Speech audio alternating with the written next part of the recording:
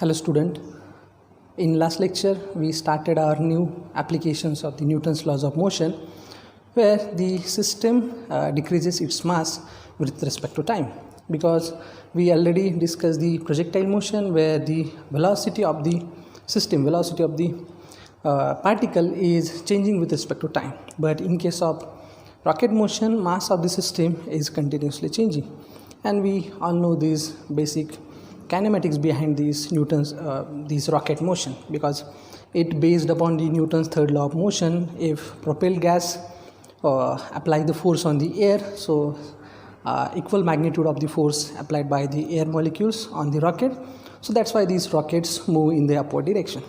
So this was the last part of our lecture, and we reach up to the velocity of the rocket at any time t. So with the help of this equation we can find the velocity of the rocket at any given time, and those quantities depends on this alpha m0, where m0 be the initial mass of the rocket, and we know the total mass of the rocket consists of mass of the vehicle plus mass of the fuel. So this is our last topic.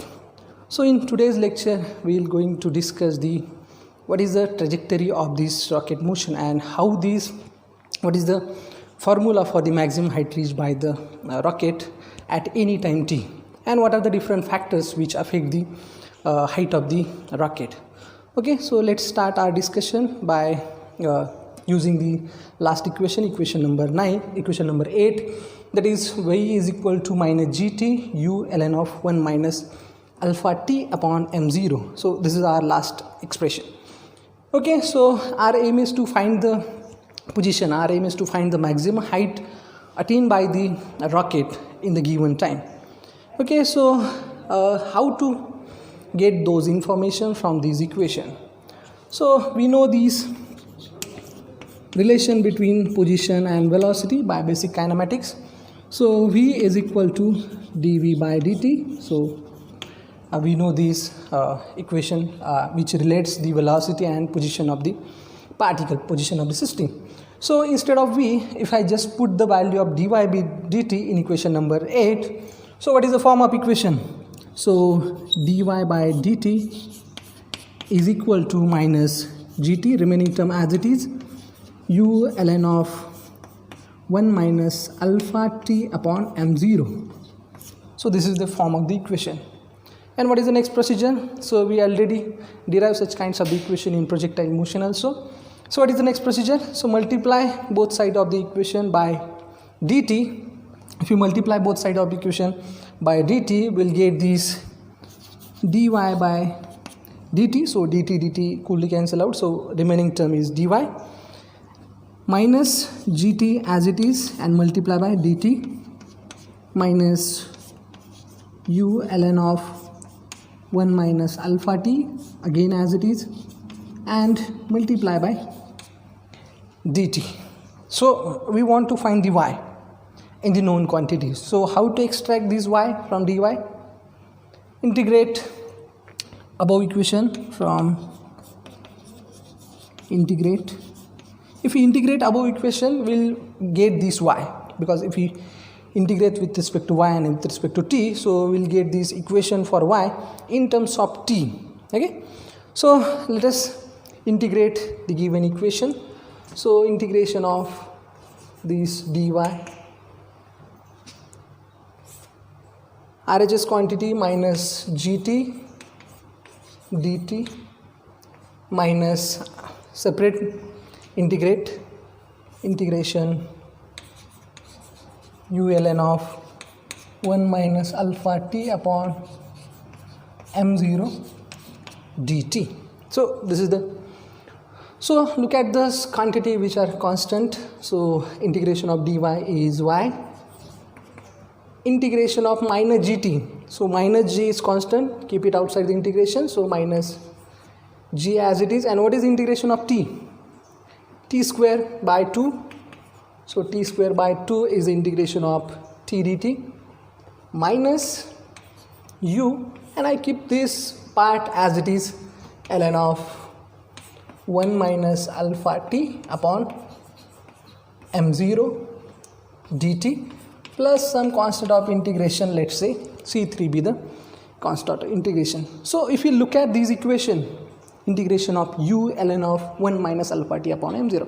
So this is quite complicated equation. If you integrate this equation, we have to again expand these ln term in the series form, and we again want to calculate the each and every term, integrate each and every term. So can we simplify this equation by another method? So in such case, mathematics help us. So if we put this part with some variable, and if you put those variable in this term, so this equation will look like very easy. So and we can solve this equation with the help of some mathematical calculation. So instead of this u ln or ln of 1 minus alpha t upon m0, if I put the x or this I, and if I just substitute these x, solve these I separately, so what is the equation? Y minus half gt square minus u, and instead of these integration I put the value, let's say I, and again plus some constant of integration C3, and let's say this is equation number 9. So our aim is to find the I, and after substituting the value of I, we will get the equation for Y. So where I is equal to, yes, ln of 1 minus alpha t upon m0 dt. So look at this ln of some constant quantity. So if we substitute 1 minus alpha t upon m0 by some variable, so we'll get some information in that variable term. So suppose 1 minus alpha t upon m0 is equal to, let's say, x. You can put any value. Okay, so instead of this 1 minus alpha t upon m0, if I put the value x, so derivative, take derivative on both sides, so we'll get this derivative of 1 is 0, so again alpha again constant, m0 is also constant, and derivative of t again dt, and derivative of x is dx. Okay, so this is the form of the equation. So if we put the value of x and dt from these value in our equation, so we'll get the a different form for the I. So let us write these. So I is equal to, yes, ln of, instead of 1 minus alpha t upon m0, we substitute the value x, so ln of x, and instead of dt, we again restructure this equation. What is dt? dt is equal to minus m0 upon alpha into dx. Okay, so instead of dt, we substitute value in terms of x, so minus m0 upon alpha into dx. Okay, so m0 and alpha are constant, keep it outside the integration, so minus m0 upon alpha integration of ln of x dx. So you can calculate the integration of this term. You can easily find off integration of ln of x. And what is integration? Minus m0 upon alpha x integration of ln of x, x ln x minus x. Okay, so we are not writing the constant of integration because we already took this constant of integration in our equation number 9. So we are not putting the constant of integration over here. So this is the form of equation, this is the form of these items, integration items. So this I is in terms of x, m0 and alpha. So again resubstitute value of x, because we don't want this equation in terms of x, because we are assigning the x quantity, x variable, for the displacement along the x-axis. Though we are not taking x quantity in terms of the rocket motion, but still it is variable for the motion of the particle, motion of the rocket along the x-axis. Okay, so for that confusion, again we substitute the value of x, because we put the value of x by 1 minus alpha t upon m0. Okay, after substituting this value, we will get the form of I like this, minus m0 upon alpha. What is x? 1 minus alpha t upon m0 ln as it is, and again 1 minus alpha t upon m0 and minus x. Instead of x we have a 1 minus alpha t upon m0. So this is equation number, let's say 10. If we put value of equation number 10, that is I, in our original equation for y, we will get the path of the rocket at any time t. Okay, so let's substitute, putting equation number 10 in 9. Okay, so 9 is our original equation for height of the projectile or position. Okay, so if you put the values in original equation, so y is equal to minus half gt square minus u, and instead of I we have these values. Okay, so minus u, so I just write this minus u as it is, and instead of I we have this minus m0 upon alpha, again 1 minus alpha t upon m0, again ln of 1 minus alpha t upon m0 minus 1 upon alpha t upon m0 plus C3 as it is. Expand this equation, separately multiply each and every term. So before multiplying we have to find the constant of integration. And what is the procedure to find out the constant of integration? Yes, so apply the initial condition. So at t is equal to 0, y is equal to 0, because at initially rocket is at a stationary state, and at stationary y is equal to 0, so there is no y coordinates at t is equal to 0. So if you put those value, t is equal to 0 and y is equal to 0 in our equation, we will get this C3. So at t is equal to 0, this term vanishes again, this term again vanishes, and ln of 1 minus alpha t upon m0, so only ln of 1, and it again comes out to be 0. So when these terms 0, it multiplies these terms, so these total terms vanish out. So what is the remaining term? So remaining term is only this again vanishes, so only minus 1 remaining terms. Okay, so if you put t is equal to 0 and y is equal to 0 in above equation, so you will get this minus u, this m0 upon alpha, and this minus, so this minus cancel, and only remaining 1 minus sign with u m0 upon alpha. So u m0 upon alpha plus C3. So from this equation we get the value of our C3 is equal to u m0 upon alpha. So this is the value of constant of integration, and if you substitute these value in original equation, we will get these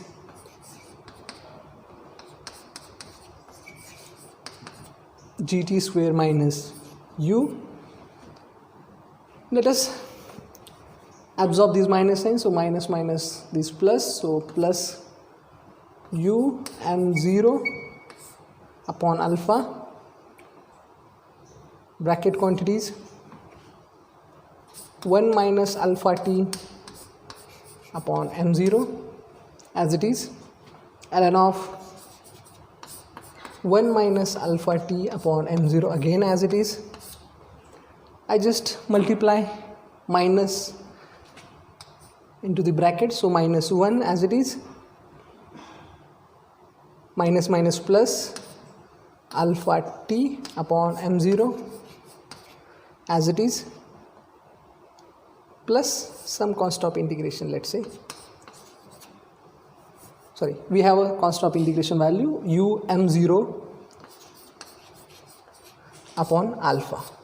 Okay, so this is the form of the equation. So look at those values, what are the values which is constant and what are the values which can be eliminated through this equation. So again, restructure this equation. So y is equal to minus half gt square plus multiply um0 by alpha to each and every term inside the bracket. So um0 upon alpha multiply by this term, so we'll get this um0 upon alpha 1 minus alpha t upon m0, separately multiply ln of 1 minus alpha t upon m0. So these are the multiply, and again minus um0 upon alpha, minus sign, keep it as it is, and if you multiply um0 by alpha into alpha t upon m0, we'll get this m0 coolly cancel out, alpha cancel out, and remaining term is plus ut, and last term keep it as it is, um0 upon alpha.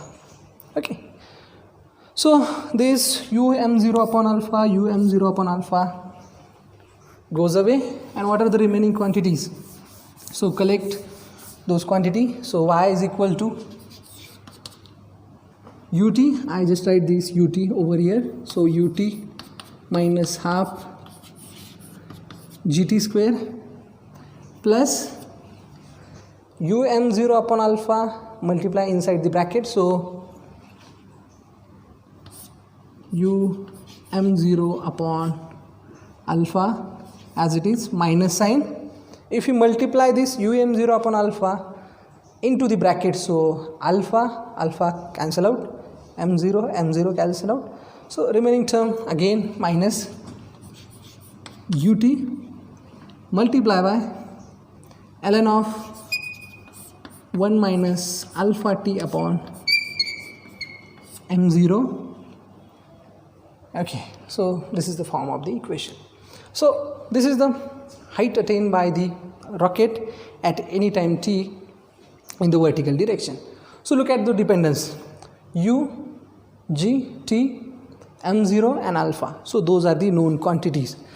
But in order to find the efficiency of the rocket, in order to find the typical dependence on the what kinds of the fuel supposed to be used, so we have to express this equation in terms of the mass of fuel, because we only variable which we can decide is the mass of the vehicle. Of course we have a choice for the mass of vehicle, but for a given rocket this mass of vehicle is supposed to be constant, and we have only variable which we can change is the mass of the fuel. So if we use the different types of the different kinds of the fuel for the rocket, so efficiency of rocket is increases. So at any time t when the rocket's fuel is completely burned, so what is the condition when at certain time t when all the fuel is supposed to be burned, and we already discussed the alpha factor. So alpha is the burning of the fuel, rate of burning of the fuel with respect to time.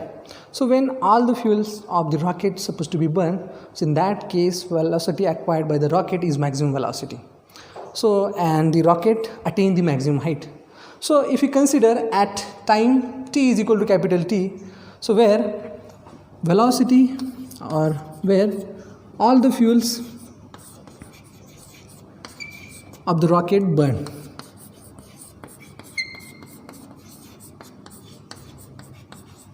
So when all the fuel of the rocket is supposed to be burned, so in that case velocity acquired by the rocket is very large, and at a large velocity rocket attain the maximum height. Okay, So at time t is equal to capital T, our rocket burn its all fuel. And what is the mass of rocket? It only has its mass of the vehicle. So since the total mass of the rocket is mass of vehicle plus mass of the fuel, since all the fuel of the rocket burned at time t, so when the total mass of the in such case the total mass of the rocket at any time t is mass of the vehicle. Okay, so this is the condition for the maximum height, maximum velocity of the rocket. So as we know, mv is equal to m0 minus alpha t, so which is already discussed. So again restructure this equation and find the alpha t. Alpha t is equal to m0 minus mv. Okay, so I just write this alpha t from this side and m0 from this side. So alpha t is equal to m0 minus mv. And what is m0 minus mv? m0 is the initial mass of the rocket, which include the mass of the vehicle plus mass of the fuel. So what is m0 minus mv? Which is the mass of the fuel. So again rewrite this alpha in terms of mass of fuel. So alpha is equal to mf mass of fuel upon T. Okay, so restructure. So we are looking at capital T, where all the fuel of the rocket is supposed to be burned, and velocity acquired by the rocket is high velocity, where it reaches the maximum height. So from this equation, how to write this alpha? So alpha can be written as, from this equation, alpha is equal to mf mass of fuel upon capital T. Okay, so this is the value for alpha.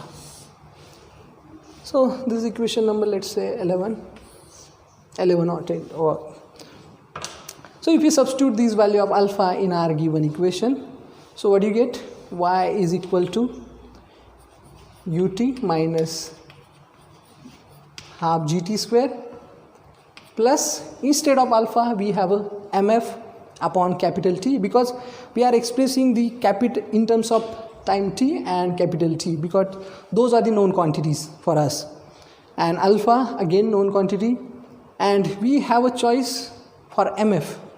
Okay, so we choose the different kinds of the fuel so that we can get the different efficiency for the rocket.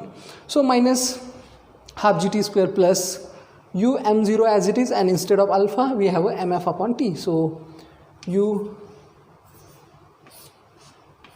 m0 upon alpha instead of alpha, so I just write the mf upon T. So mf and this denominator T goes into this side, so this is all, and minus ut as it is. Again ln of multiply ln of 1 minus alpha T upon m0 as it is, and instead of alpha we have a mf upon capital T. Okay, so again restructure this equation. So y is equal to ut minus half gt square plus, or if we common out minus u from these two sides of the equation, so u again T minus mf m0 upon mf into capital T, and ln of 1 minus mf upon m0 T upon capital T.